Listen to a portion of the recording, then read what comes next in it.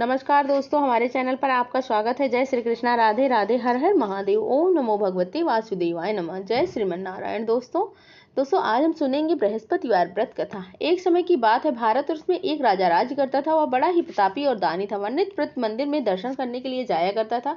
वह ब्राह्मण और गुरु की सेवा किया करता था। उसके दरवाजे से कोई भी निराश होकर कभी भी नहीं लौटता था। वह प्रत्येक गुरुवार को व्रत रखता एवं पूजन करता, हर दिन गरीबों की सहायता करता था। परंतु यह सब बात उसकी रानी को बिल्कुल भी अच्छी नहीं लगती थी। वह ना ही व्रत करती थी, ना ही किसी को एक पैसा दान में देती थी तथा राजा से भी ऐसा करने से मना कर देती थी। एक समय की बात है कि राजा तो शिकार खेलने को वन में चले गए थे। घर पर रानी और दासी थी। उस समय गुरु बृहस्पति देव एक साधु का रूप धारण करके राजा के दरवाजे पर भिक्षा मांगने के लिए आए। रानी से भिक्षा मांगी तो वह कहने लगी कि हे साधु महाराज, मैं इस दान पुण्य से तंग आ गई हूँ। मेरे से तो घर का काम ही नहीं समाप्त होता। इस कार्य के लिए तो मेरे पति देव ही काफी हैं। अब आप इस प्रकार की कृपा करें कि यह सब धन नष्ट हो जाए और मैं आराम से रह सकूं। साधु बोले, हे देवी, तुम तो बड़ी विचित्र हो संतान हो, और धन तो से कोई भला दुखी होता है? इसको तो सभी चाहते हैं। पापी भी पुत्र और धन की इच्छा करता है। अगर आपके पास इतना धन है तो भूखे मनुष्यों को भोजन करवाओ, प्याऊ लगवाओ, ब्राह्मणों को दान दो, धर्मशालाएं बनवाओ, कुआं तालाब बावड़ी बाग बगीचे आदि का निर्माण करवाओ तथा निर्धन मनुष्यों की कुंवारी कन्याओं का विवाह करवाओ और अनेकों यज्ञादि धर्म करो। इस प्रकार के कर्मों से आपके कुल और आपका परलोक में भी सार्थक हो जाएगा एवं स्वर्ग की प्राप्ति होगी। मगर वह रानी इन सब बातों से खुश ना हुई। वह बोली, हे साधु महाराज, मुझे ऐसे धन की आवश्यकता नहीं है जिसको मैं मनुष्यों में दान देती फिरूं, जिसका रखने संभालने में ही मेरा सारा समय बर्बाद हो जाए। साधु ने कहा, हे देवी, तुम्हारी ऐसी इच्छा है तो ऐसा ही होगा। मैं तुम्हें बताता हूँ, वैसा ही करना। बृहस्पतिवार के दिन घर को गोबर से लीपना, अपने केसों को धोना, केसों को धोते समय स्नान करना, राजा से कहना कि हजामत करवाए, भोजन में मांस वगैरह खाना, कपड़ा धोबी के यहाँ धुलने को लिए देना। इस प्रकार 7 बृहस्पतिवार करने से तुम्हारा सारा धन नष्ट हो जाएगा। यह कहकर वह साधु महाराज वहां से अंतर ध्यान हो गए। रानी ने साधु के कहने के अनुसार वैसा ही किया। 3 बृहस्पतिवार ही बीते थे कि उसका सारा समस्त धन संपत्ति नष्ट हो गई और भोजन के लिए दोनों समय परिवार तरसने लगा तथा सांसारिक भोगों से दुखी रहने लगा। तब वह राजा रानी से कहने लगे कि हे रानी, ये तुम यहाँ पर रहो, मैं दूसरे देश को जाऊं, क्योंकि यहाँ पर मुझे सभी मनुष्य जानते हैं, इसीलिए कोई कार्य नहीं कर सकता। देश चोरी परदेश भीख बराबर होता है। ऐसा कहकर राजा परदेश को चला गया। वहां जंगल में जाता और लकड़ी काट कर ले आता, शहर में बेचता। इस तरह जीवन व्यतीत करने लगा। इधर राजा के घर रानी और दासी दुखी रहने लगे। किसी दिन भोजन मिलता, किसी दिन बिना जल पी के ही सो जाते थे। एक समय की बात है, रानी और दासी को 7 दिन बिना भोजन के रहना पड़ा था। तो रानी ने अपनी दासी से कहा कि हे दासी, यहाँ पास के ही नगर में मेरी बहन रहती है। वह बड़ी धनवान है, तो उसके पास जा और वहां से 5 शेर बेचकर लेकर आ, जिससे कुछ समय के लिए गुजर बसर हो जाएगा। इस प्रकार रानी की आज्ञा मानकर दासी रानी की बहन के पास चली गई। रानी की बहन उस समय पूजन कर रही थी, क्योंकि उस दिन बृहस्पतिवार का दिन था। जब दासी ने रानी की बहन को देखा और उससे बोली कि हे रानी, मुझे तुम्हारी बहन ने भेजा है, मेरे लिए 5 शेर बेचकर दे दो। इस प्रकार दासी ने अनेक बार कहा, परंतु रानी ने कुछ उत्तर नहीं दिया, क्योंकि वह उस समय बृहस्पतिवार के व्रत की कथा सुन रही थी। इस प्रकार जब दासी को किसी प्रकार का उत्तर नहीं मिला तो वह बहुत दुखी हुई और क्रोध में भी आया और लौटकर अपने गांव को आ गई। रानी के पास आकर बोली, हे रानी, आपकी बहन तो बहुत ही धनी स्त्री है। वह छोटे लोगों से बात नहीं करती है, क्योंकि मैंने उससे कहा था कि उसने कोई उत्तर नहीं दिया। मैं वापस चली आई। रानी बोली, हे दासी, इसमें उसका कोई दोष नहीं है। जब बुरे दिन आते हैं तब कोई सहारा नहीं देता। अच्छे बुरे का पता विपत्ति में ही लगता है। जो ईश्वर की इच्छा होगी वही होगा। वह सब हमारे भाग्य का दोष है। उधर उस रानी ने देखा कि मेरी बहन की दासी आई थी, परंतु मैं उससे नहीं मिल पाई। इससे वह बहुत दुखी हुई होगी। यह सोचकर कथा को सुनकर विष्णु भगवान का पूजन समाप्त कर वह रानी अपनी बहन के घर चल पड़ी। वहां जाकर अपनी बहन से कहने लगी कि हे बहन, मैं बृहस्पतिवार का व्रत कर रही थी, तुम्हारी दासी आई थी, परंतु जब तक कथा होती है तब तक उठते नहीं है, ना ही कुछ बोलते हैं, इसीलिए मैं नहीं बोली। कहो दासी, तुम क्यों आई थी? रानी की बहन बोली, बहन, हमारे घर अनाज नहीं था। वैसे तुमसे कोई बात छिपी नहीं है, इस कारण मैंने दासी को तुम्हारे घर 5 शेर बेचकर लेने के लिए भेजा था। रानी बोली कि बहन देखो, बृहस्पति भगवान सबकी मनोकामना पूर्ण करते हैं। देखो, शायद तुम्हारे घर में अनाज रखा हो। इस प्रकार का वचन जब रानी ने सुना तो अंदर जाके देखी, वहां से उसे एक घड़ा बेचर का भरा हुआ मिला। तब तो वह रानी और दासी को बहुत खुशी हुई और दासी कहने लगी कि हे रानी, वैसे तो हमको जब अन्न नहीं मिलता था तो हम रोज व्रत करते ही थे। अगर इनसे व्रत की विधि और कथा पूछ ली जावे तो हम भी व्रत कर लिया करेंगे। रानी ने अपनी बहन से पूछा कि हे बहन, बृहस्पतिवार के दिन व्रत में चने की दाल, मुनक्का से विष्णु भगवान का केले की जड़ में पूजन करें तथा दीपक जलावें, पीला भोजन करें तथा कहानी सुने। इस प्रकार कहने से गुरु भगवान प्रसन्न होंगे और अन्न पुत्र धन सभी मनोकामना पूर्ण होगी। इस प्रकार रानी और दासी दोनों ने निश्चय किया कि बृहस्पति भगवान का पूजन जरूर करेंगे। 7 रोज बाद जब बृहस्पतिवार आया तो इन्होंने व्रत करना शुरू कर दिया। गुड़साल से जाकर चना गुड़ बीन लाई तथा उसकी दाल से केले की जड़ का और विष्णु भगवान का पूजन किया। अब भोजन कहाँ से आवे? बिचारी बड़ी दुखी हुई थी, परंतु उन्होंने व्रत किया था, इस कारण गुरु प्रसन्न थे। 2 थालों में सुंदर पीला भोजन लेकर आए और दासी को देकर बोले, हे दासी, यह तुम्हारे और तुम्हारी रानी के लिए है, भोजन है, तुम दोनों कर लेना। दासी भोजन पाकर बड़ी प्रसन्न हुई और रानी से आकर बोली कि चलो रानी, हम लोग भोजन कर लिया जाए। तो रानी ने बोला कि दासी से कि तुम ही भोजन करो, व्यर्थ में ही तुम मेरी हंसी उड़ाती है। दासी बोली कि एक महात्मा भोजन देकर गए हैं। रानी कहने लगी, भोजन तेरे लिए ही देकर गए होंगे, तू ही भोजन कर। दासी ने कहा, नहीं, वह महात्मा हम दोनों के लिए 2 थालों में भोजन दे गए हैं, इसीलिए हम और तुम दोनों एक साथ भोजन करेंगे। इस प्रकार रानी और दासी दोनों ने गुरु भगवान को नमस्कार कर भोजन प्रारंभ किया। वह प्रत्येक बृहस्पतिवार को गुरु भगवान का व्रत और विष्णु भगवान का पूजन करने लगे। बृहस्पति भगवान की कृपा से रानी और दासी के पास धन हो गए। रानी फिर उसी प्रकार से आलस करने लगी।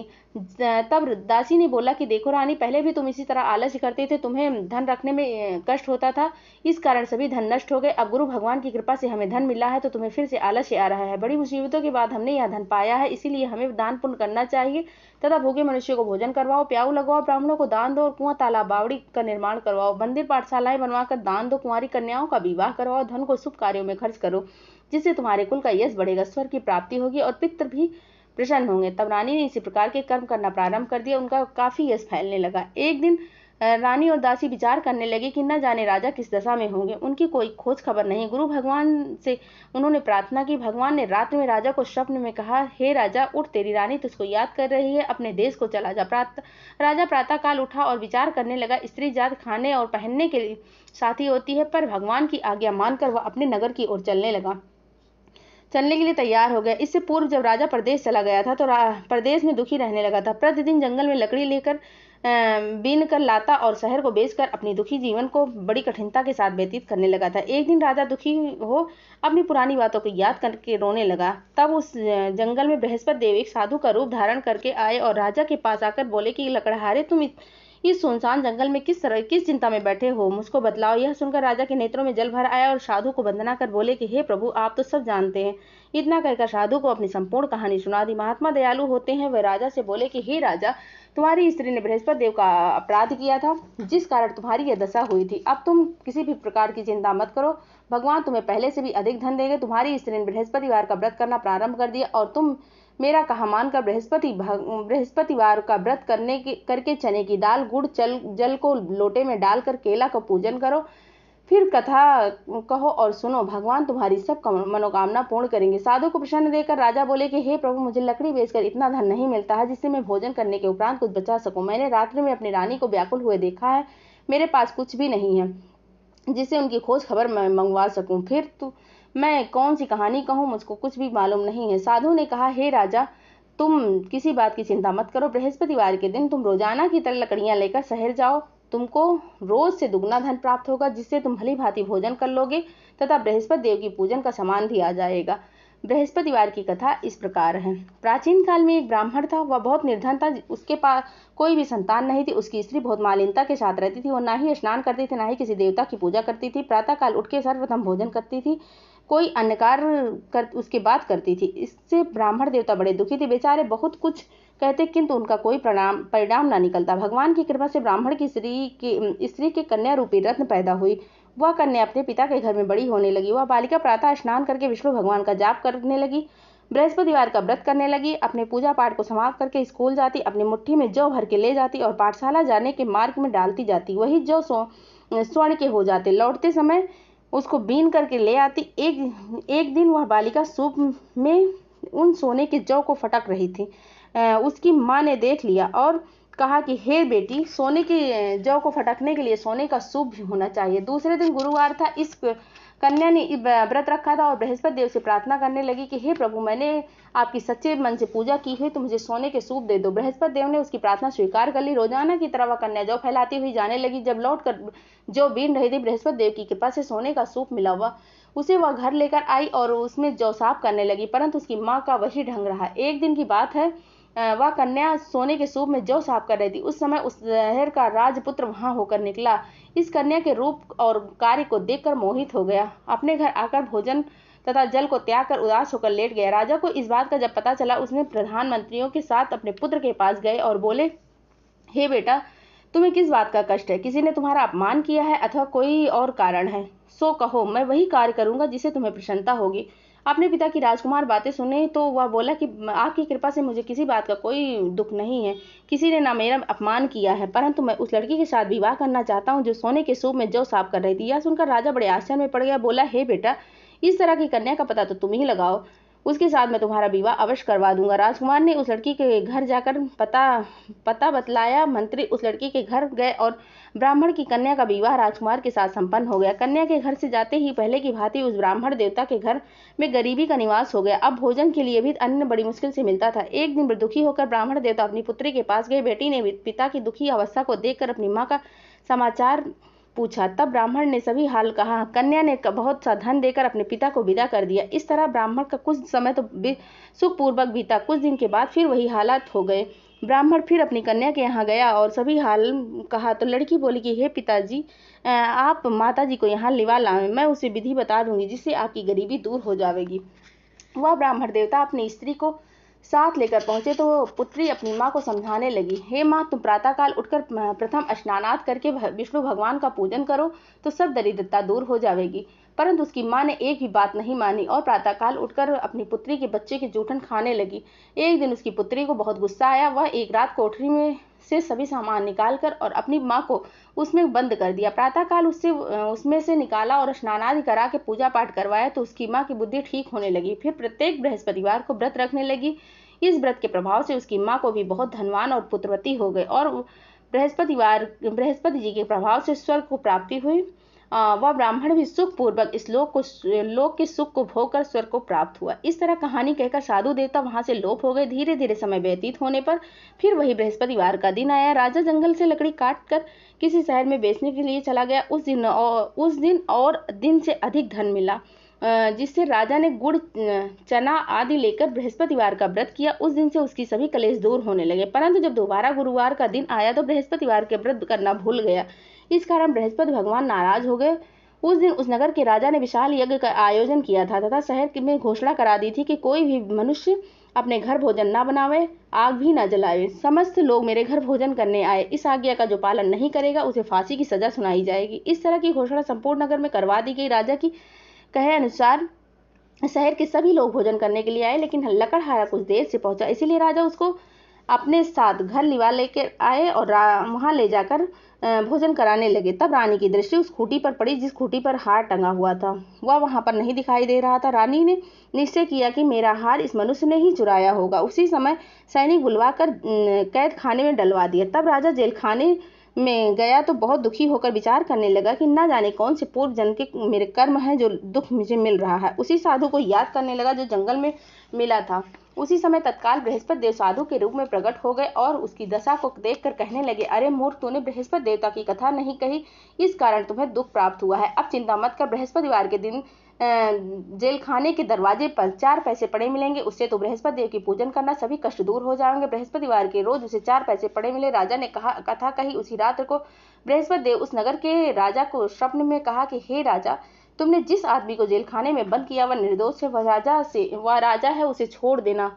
रानी का हार उसी खूंटी पर लटका हुआ मिलेगा। अगर तू ऐसा नहीं करेगा तो मैं तेरे राज्य को नष्ट कर दूंगा। इस तरह की रात्रि के सपने को देखकर राजा प्रातःकाल उठा और खूंटी पर हार टंगा देखकर लकड़हारे को बुलाकर क्षमा मांगी तथा राजा को योग्य सुंदर वस्त्र आभूषण देकर विदा कर दिया। गुरुदेव की आज्ञा अनुसार राजा अपने नगर को चल दिया। राजा जब नगर के निकट पहुंचा तो वह उसे बड़ा आश्चर्य हुआ। नगर में पहले से भी अधिक बाग, बगीचे, तालाब, कुएं, बावड़ी, धर्मशालाएं आदि बने हुए थे। राजा ने पूछा कि यह सब बाग और धर्मशाला किसने बनवाया? तब नगर के सब लोग कहने लगे कि यह सब रानी और दासी ने किया है। तो राजा को बड़ा आश्चर्य हुआ और गुस्सा भी आया। जब रानी ने यह खबर सुना कि राजा आ रहे हैं, उसने दासी को कहा, हे दासी, देख राजा हमको कितनी बुरी हालत में छोड़कर गए थे। वह हमारी ऐसी हालत देखकर कहीं लौट ना जाए, इसीलिए तो दरवाजे पर खड़ी रहे। आज्ञा अनुसार दासी दरवाजे पर जाकर खड़ी हो गई। राजा आए तो उन्हें देखकर उन्हें अपने साथ लिवा लाई। तब राजा ने क्रोध भग करके तलवार निकाली और पूछने लगे कि यह सब बताओ कि यह सब किसने किया है, कहाँ से इतना धन आया?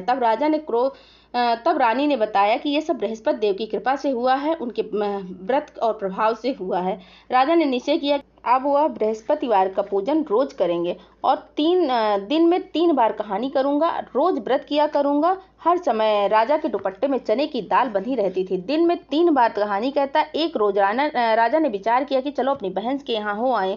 इस तरह निश्चय कर राजा घोड़े पर सवार होकर अपनी बहन के घर चल दिया। मार्ग में उसने देखा कि कुछ आदमी मुर्दे को लिए जा रहे थे। उन्हें रोक कर राजा कहने लगा कि अरे भैया, मेरी बृहस्पतिवार की कहानी सुन लो। वह बोले, लो, हमारा तो आदमी मर गया है, इसको तो अपनी कथा की पड़ी है। परंतु कुछ आदमी बोले, अच्छा कहो, हम तुम्हारी कथा सुनने के लिए तैयार हैं। राजा ने दाल निकाली और जब कथा आधी हुई तो मुर्दा हिलने लगा और जब कथा समाप्त हो गई तो राम राम करके वो मनुष्य खड़ा हो गया। आगे मार्ग में उसे एक किसान खेत में हल चलाता मिला। राजा ने उसे देखा और उससे बोला कि अरे भैया, मेरी बृहस्पतिवार की कथा सुन लो। किसान बोला कि जब तक मैं तेरी कथा सुनूंगी तब तक मैं 4 हरैया जोत लूंगा। अपनी कथा किसी और को जाके सुना। इस तरह राजा आगे चलने लगा। राजा के हटते ही बैल पछाड़ खाकर गिर गया। उसके पेट में जोर से दर्द होने लगा। उस समय उसकी माँ रोटी लेकर आई। उसने जब देखा अपने पुत्र को ऐसी हालत तो बेटे ने सब हाल बता दिया। बुढ़िया दौड़ी दौड़ी घुड़सवार के पास गई। उससे बोली, मैं तेरी कथा सुनूंगी, तू चलकर मेरी अपनी कथा चल के मेरे खेत पे सुनाओ। राजा ने बुढ़िया के खेत पर जाकर कथा कही। उससे जिसे सुनते ही बैल खड़े हो गए। किसान के बेटे का दर्द बंद हो गया और राजा अपनी बहन के घर पहुंच गया। बहन ने खूब आवाभगत की। दूसरे दिन प्रातः काल राजा जब जगा तो देखने लगा कि वहां सब भोजन कर रहे हैं। राजा ने अपनी बहन से कहा कि हे बहन, कोई ऐसा मनुष्य नहीं है जो इसने भोजन ना किया हो, मेरी बृहस्पतिवार की कथा सुन ले। बहन बोली कि भैया, यहाँ यह देश ऐसा है कि पहले यहाँ पर लोग भोजन करते हैं, बाद में अन्य कोई काम करते हैं। अगर कोई पड़ोस में हो तो मैं देख आऊं। वह ऐसा कहकर देखने के लिए चली गई, परंतु वहां पर ऐसा कोई व्यक्ति नहीं मिला जिसने भोजन ना किया हो। अतः वह एक कुम्हार के घर गई। वहां जिसका लड़का बीमार पड़ा था, उसे मालूम हुआ वह 3 रोज से उसके यहाँ भोजन नहीं बना था। रानी ने अपने भाई की कथा सुनने के लिए कुम्हार से कहा तो वह तैयार हो गया। राजा ने जाकर बृहस्पतिवार की कथा कही, जिससे सुनकर उसका लड़का ठीक हो गया। अब तो राजा की खूब प्रशंसा होने लगी। एक दिन राजा ने अपनी बहन से कहा कि बहन, अब हम घर को जाएंगे, तुम भी तैयार हो जाओ। राजा की बहन ने अपनी सास से कहा तो सास उसकी बोली कि तुम तो जाओ, लेकिन अपने बच्चों को किसी को मत लेके जाना, तुम्हारे भाई की कोई औलाद नहीं है। बहन ने अपने भैया से कहा कि मैं तो चलूंगी, लेकिन कोई बालक नहीं जावेगा। राजा बोला, जब बालक नहीं जावेगा तो तुम चल के क्या करेगी। बड़े दुखी मन से राजा अपने नगर को लौट आए। राजा ने अपनी रानी से कहा कि हम निर्वंशी हैं, हमारा मुंह देखना भी धर्म नहीं है और कुछ भोजन आदि नहीं किया। रानी बोली कि हे प्रभु, बृहस्पति देव ने हमें सब कुछ दिया, हमें औलाद अवश्य देंगे। उसी रात बृहस्पति देव ने राजा को स्वप्न में कहा, हे राजा, उठ, तेरी रानी सारी सोच त्याग दे, तेरी रानी गर्भ से है। यह बात सुनकर राजा बड़ा खुशी हुआ। 9वें महीने में उसके गर्भ से एक सुंदर पुत्र पैदा हुआ। तब राजा बोला कि हे रानी, स्त्री बिना भोजन के रह सकती है, बिना कहे नहीं रह सकती है। जब मेरी बहन आवे तो तुम उससे कुछ मत कहना। रानी ने सुनकर हाँ कर दी। जब राजा की बहन आई तो यह समाचार सुनकर आई, बहुत खुश होकर बधाई लेकर आई अपने भाई के यहाँ। तो तभी रानी ने कहा कि घोड़ा चढ़कर आई तो गधा चढ़कर आई। राजा की बहन बोली कि हे भाभी, इस तरह ना बोलो, अगर मैं तुम्हें ऐसे ना बोलती तो तुम्हें औलाद कहाँ से मिलती। बृहस्पति देव ऐसे ही हैं, जैसे जिसके मन में की कामनाएं होती हैं सभी को पूर्ण करते हैं। बोलिए बृहस्पति भगवान की जय। जय श्री कृष्णा। राधे राधे। हर हर महादेव। ओम नमो भगवते वासुदेवाय नमः। जय श्रीमन नारायण।